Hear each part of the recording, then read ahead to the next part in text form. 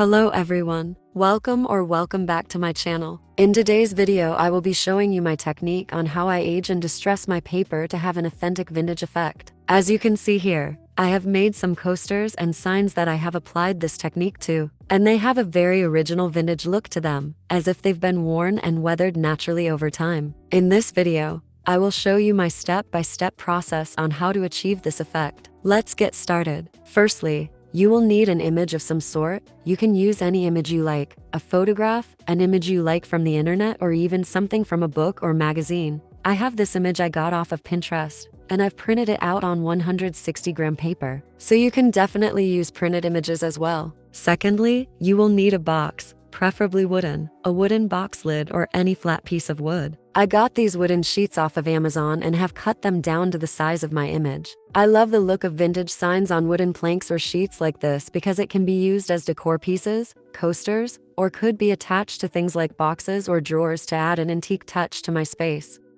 Thirdly, you will also need some sandpaper, a sanding block, or my favorite, sanding discs. I got these off of Amazon, and they come with discs and different grits to choose from, which I like to experiment with, depending on the surface I'm working with. Fourthly, you will need distress oxide. If you don't have oxide sprays, you could also use spray stains or just paint. I'm using the oxide spray in Vintage Photo because I think it's the perfect brown for this project, but you can also try the other browns in the distress line like ground espresso, gathered twigs, scorched timber, or frayed burlap. They all have beautiful brown tones to them and should work just as well. And lastly, you will need a sealant. I'm using the distressed microglaze sealant, but you could also use Mod Podge as a top coat or sealant. And now, let's get to distressing our images. I'm going to start off by gluing down the image to the wooden sheet here. I am not using any specific glue for this. I just use the glue that I use for all of my other projects, so feel free to do the same.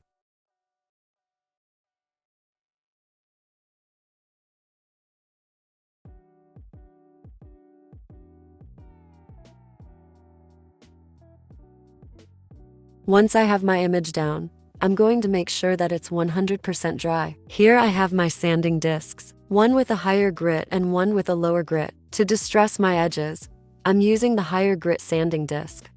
Making sure that my wooden piece with my image is lying flat on the surface of my desk, with medium pressure, I am going to start sanding around the edges of my image. This is going to begin to lift a thin layer of paper from my image.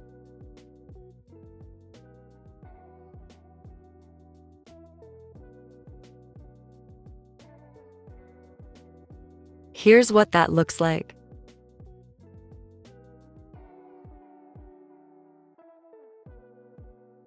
I am now switching to my lower grit sanding disc, and I am going to start sanding with very light pressure over the image in the middle. I don't want to remove too much off paper from the middle section since that's where most of the design elements and writing is, and so I'm being very careful not to go over any of the important parts, but just very lightly in between letters and design elements, applying very light pressure in different directions to distress just the slightest bit.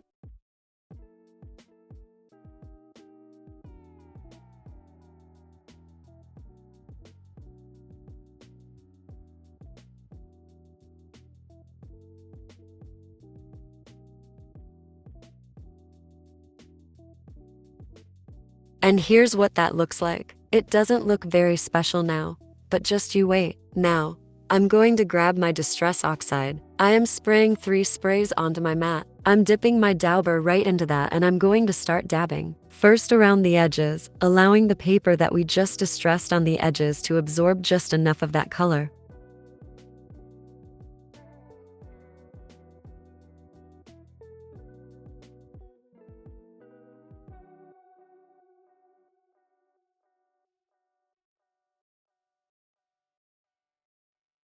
Now, with whatever oxide is left on my dauber, I'm very lightly just pressing over the areas that we distressed in the center of the image, allowing that distressed paper to pick up just the slightest bit of color from my dauber.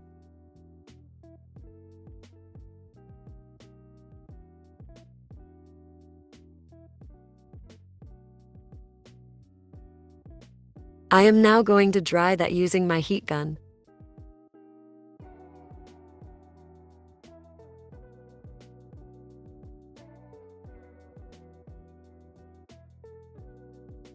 I am going to repeat the same process again, except this time I am going to add a spray of water to my oxide spray. And once again, adding that color to the edges.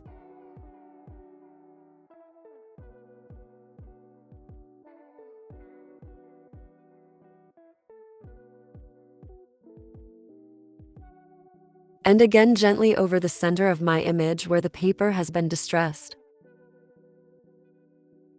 I am now going to take a look at my image, and if I feel like there are places that are not distressed or aged enough for my liking, I'm just going to keep going in with my oxide over those areas, covering as much or as little as color as I like. I'm going to blast it once again with my heat gun, and now the only thing left to do is to add my sealant.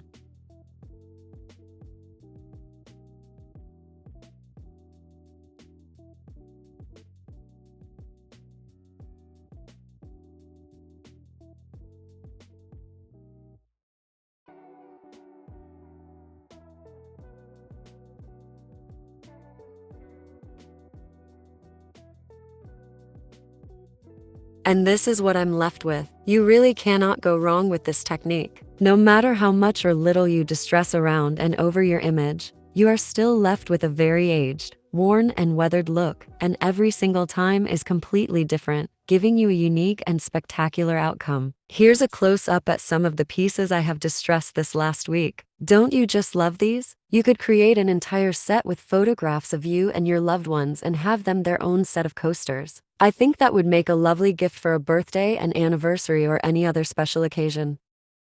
I hope I've inspired you to get your hands dirty and give this method a go. That brings us to the end of this video. I hope you enjoyed watching. Let me know your thoughts in the comments, and as always, stay creative.